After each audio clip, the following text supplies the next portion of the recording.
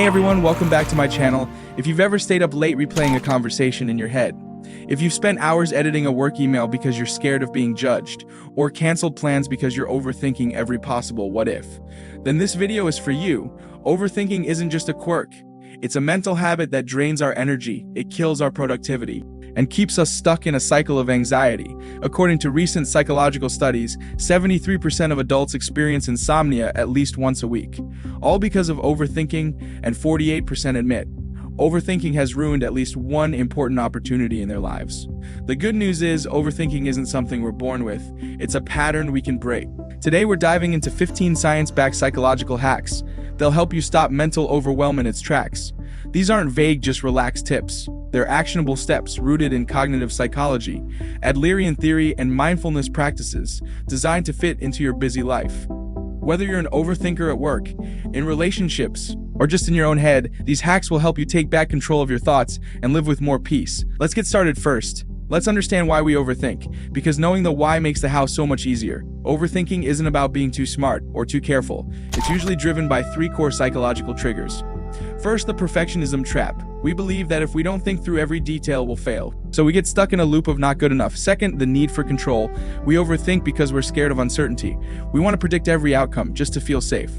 Third, emotional rumination. That's when we replay negative events over and over, not to solve a problem, but to relive the pain. For example, you might spend days thinking about a comment your boss made, even though it was probably harmless, because your brain is stuck on, did I mess up?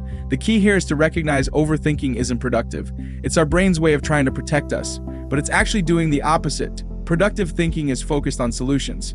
Overthinking is focused on fears. So our goal today is to shift from fear-based thinking to action-based thinking. Let's jump into the hacks. Hack 1. Practice Adler's separation of tasks to stop caring what others think. If you overthink social interactions, did they like me? Did I say something wrong? This hack will change your life. Developed by Alfred Adler. The separation of tasks is a simple but powerful idea. Everyone has their own tasks and we only control our own. Your task is how you act, how you speak, how you show up. Other people's task is how they perceive you, how they judge you, or how they feel about you. You can't control their thoughts, and trying to will only drive you crazy.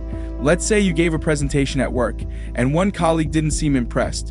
An overthinker would spiral. They hate my ideas. I'm going to get fired. I should have prepared more.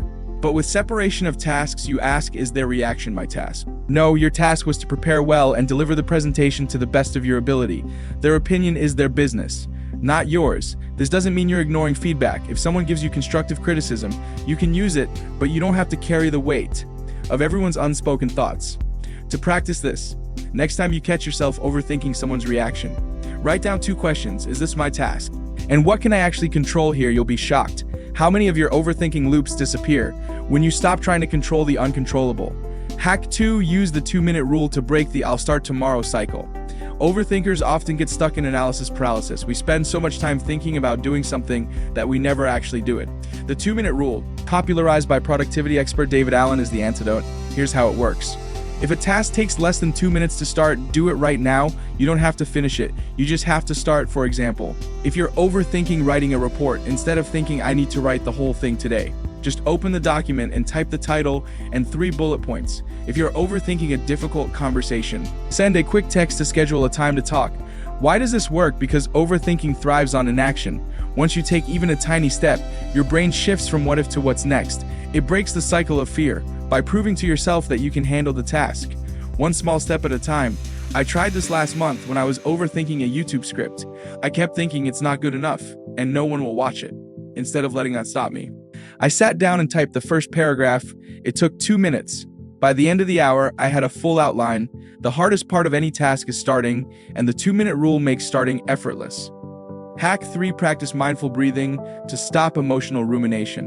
Emotional rumination is when we get stuck replaying painful memories or worries, like a breakup, a fight with a friend, or a mistake at work. Our brains fixate on these moments because they're trying to solve the pain, but instead we just feel more overwhelmed. Mindful breathing is a quick way to pull your brain out of rumination and back to the present. Here's how to do it. Sit or stand comfortably. Close your eyes if you want to, and focus on your breath. Breathe in through your nose for 4 seconds, and breathe out through your mouth for 6 seconds. As you breathe, notice the sensation of air entering your lungs, your chest rising and falling. When your mind wanders back to the thing you're overthinking, and it will, gently bring it back to your breath. No judgment, no frustration, do this for just 1 minute. Why this works. Rumination happens in the past or future part of our brain. Mindful breathing pulls us into the present moment, where our worries can't survive. It's not about clearing your mind, it's about training your brain to stop fixating on what's out of your control. I use this hack every time I catch myself replaying a negative conversation. 1 minute of mindful breathing is enough to calm my nervous system and remind me that I'm not defined by one moment. Hack 4, write down your worries to empty the brain. Our brains have a limited capacity for thinking, and when we overthink, we're using up that capacity with unproductive thoughts. Writing down your worries is like emptying a backpack full of rocks. Suddenly, you can move forward without the weight. This is called thought downloading, and it's backed by research showing that writing about worries reduces anxiety and improves decision-making. Here's how to do it. Grab a notebook or your phone and set a timer for 5 minutes. Write down every single worry, fear, or overthinking thought that's in your head. No editing, no filtering. Even if it seems silly, like what if I forget my keys, or catastrophic, like what if I lose my job, write it down. When the timer goes off, close the notebook or put your phone away and tell yourself, these thoughts are now on paper, not in my head. I can deal with them later if I need to. The magic here is that writing externalizes your thoughts. They're no longer inside you controlling you. They're outside you where you can see them clearly. Most of the time, when you read your worries later, you'll realize they're either unlikely, I almost never forget my keys, or solvable. If I lose my job, I can update my resume and network. Try this every night before bed. You'll sleep better and wake up with a clearer mind. Hack 5, use the 5-10-30 rule to limit decision overthinking.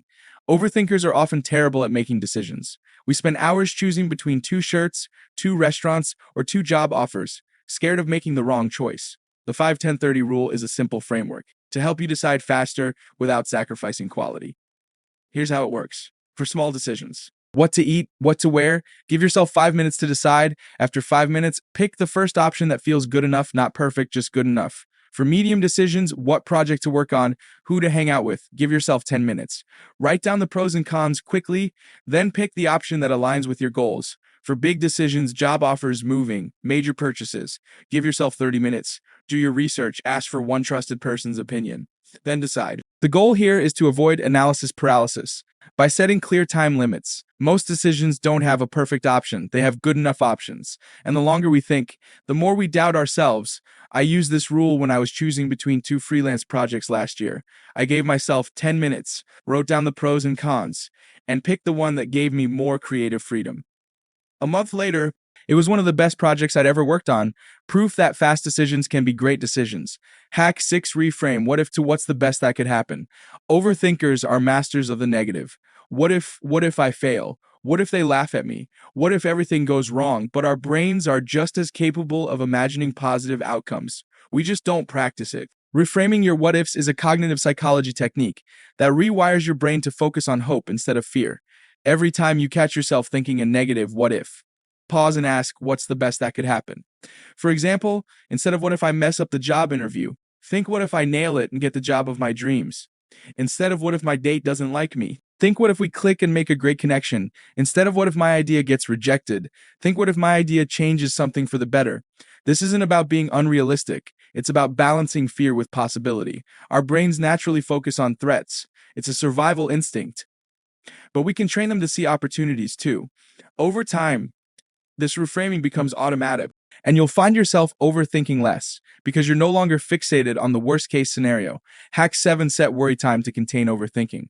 If you're someone who overthinks all day long, trying to stop thinking entirely will only make it worse. Instead, set aside a specific worry time each day, 15 to 20 minutes, where you're allowed to overthink, ruminate, and stress the rest of the day.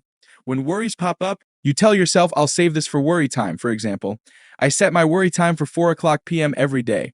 If I'm working in the morning and start overthinking a deadline, I write it down in a notebook and say, I'll think about this at 4 o'clock.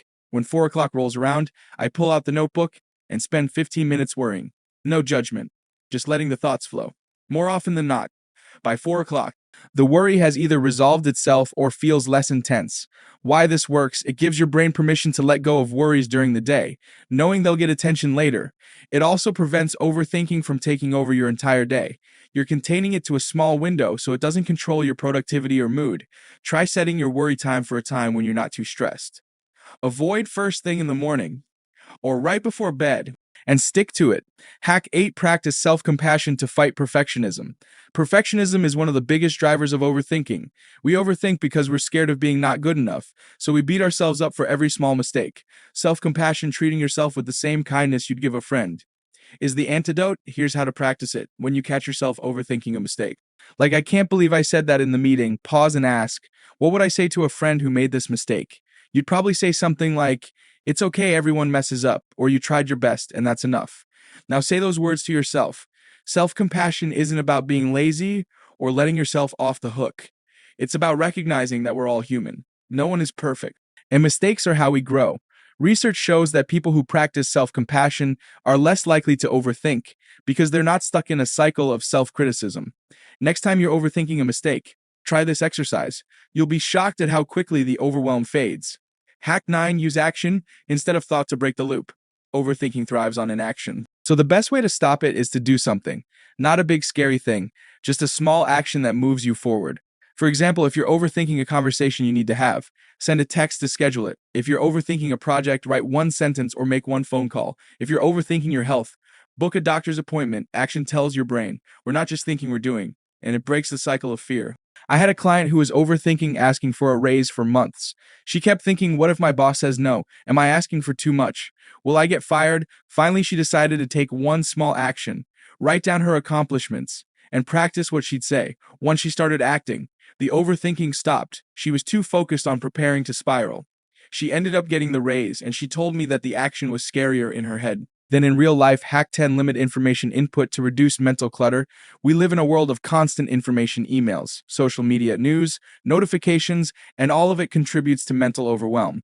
Overthinkers are especially sensitive to this because our brains try to process every piece of information, leading to information overload. To fix this, set boundaries around your information intake. Turn off non-essential notifications on your phone. Goodbye social media alerts. Limit social media to 15 minutes a day. Scroll mindfully, not endlessly. Unsubscribe from emails you don't read and set specific times to check email, like 10 a.m. and 3 p.m. instead of checking it all day. The less information your brain has to process, the less it has to overthink. I used to check my email 50 times a day, and each time I'd overthink every message. Did they mean that sarcastically? Do I need to reply right away? Now I check email twice a day, and I'm shocked at how much more calm and focused I am. Try this for one day. You'll be amazed at how much mental space you gain. Hack 11. Use cognitive restructuring to challenge negative thoughts. Cognitive restructuring is a core technique in cognitive behavioral therapy that helps you identify and challenge negative thought patterns. Overthinkers often have automatic negative thoughts, thoughts that pop up without us realizing it, like I'm gonna fail or no one likes me. Cognitive restructuring helps you replace these thoughts with more balanced, realistic ones. Here's how to do it in 3 steps. First, identify the negative thought, like I'll never finish this project on time. Second, challenge it with evidence, like I finished every project on time before. I have a plan and the skills to do this. Third, replace it with a balanced thought, like this project is hard, but I can do it one step at a time. Let's take another example. If you're overthinking a party you're attending, your automatic negative thought might be no one will talk to me. Challenge it. Last time I went to a party, I had a great conversation with Sarah.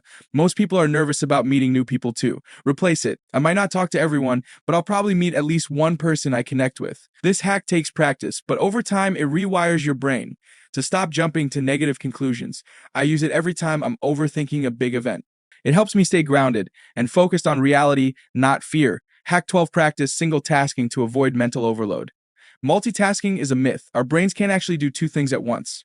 What we call multitasking is just switching back and forth between tasks, which makes us less productive and more stressed. For overthinkers, multitasking is a disaster because it gives our brains more opportunities to get distracted by worries. Single tasking is the solution. Focus on one task at a time and give it your full attention. For example, when you're working on a report, don't check email or social media. Just work on the report. When you're having a conversation, put your phone away and listen fully. When you're eating, just eat. Don't watch TV or scroll. To make this easier, use the Pomodoro technique. Work for 25 minutes. Then take a 5-minute break. During those 25 minutes, you're 100% focused on one task. This not only reduces overthinking, but also makes you more productive. You'll get more done in less time because you're not wasting energy switching between tasks. I've been single tasking for 6 months, and I've noticed that I overthink far less because my brain is too busy with the task at hand to spiral.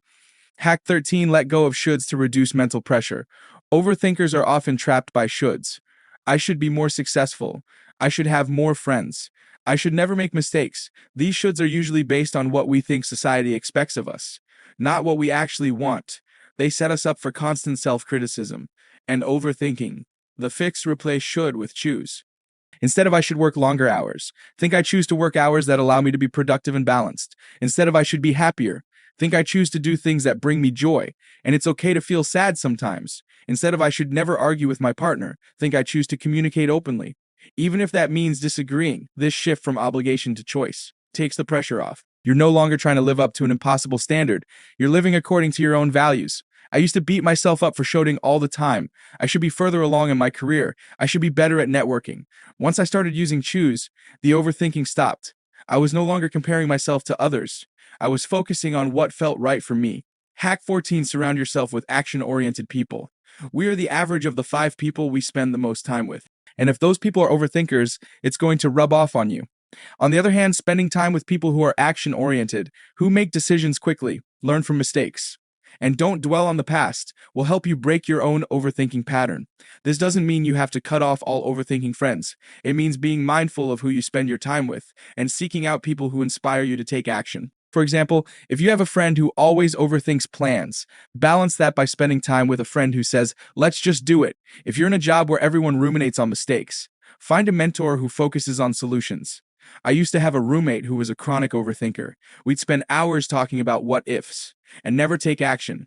Once I moved out and started spending more time with friends who were go-getters, I noticed my own overthinking decreased. Their energy was contagious. I started making decisions faster and worrying less. Surrounding yourself with people who live with intention will help you do the same. Hack 15, accept that some overthinking is normal. And that's okay. Here's the final hack, and it's maybe the most important. Stop trying to be perfect and not overthinking. Overthinking is a natural human response to stress, uncertainty, and change. Everyone overthinks sometimes, and that's okay. The goal isn't to eliminate overthinking entirely. It's to stop it from controlling you. If you try one of these hacks and it doesn't work, or if you have a day where you overthink more than usual, don't beat yourself up. Be kind to yourself and try again tomorrow. Progress, not perfection, is what matters. Let's wrap this up with a quick recap. Overthinking is a pattern driven by perfectionism. The need for control and emotional rumination. To break it, we need to shift from fear-based thinking to action-based thinking. The 15 hacks we covered today are: 1. Practice Adler's separation of tasks. 2. Use the 2-minute rule. 3. Try mindful breathing. 4. Write down your worries. 5. Follow the 5-10-30 rule for decisions. 6. Reframe negative what-ifs. 7. Set worry time. 8. Practice self-compassion. 9. Act instead of thinking. 10. Limit information input. 11. Use cognitive restructuring. 12. Single task. 13. Replace shoulds with chooses. 14. Surround yourself with action-oriented people. 15. Accept that some overthinking is normal. Remember, breaking any habit takes time and consistency. Pick 1 or 2 hacks that resonate with you and start practicing them tomorrow. Maybe it's the 2-minute rule, or mindful breathing, or writing down your worries. Over time, these small changes will add up, and you'll find yourself overthinking less. And living more. Mental overwhelm doesn't have to be your normal. You have the power to take back control of your thoughts. Reduce anxiety and live with more peace. I believe in you, and I can't wait to hear which hack works best for you. Let me know in the comments below, and if you found this video helpful, don't forget to like, subscribe, and hit the notification bell so you never miss a video. Thanks for watching, and I'll see you next time.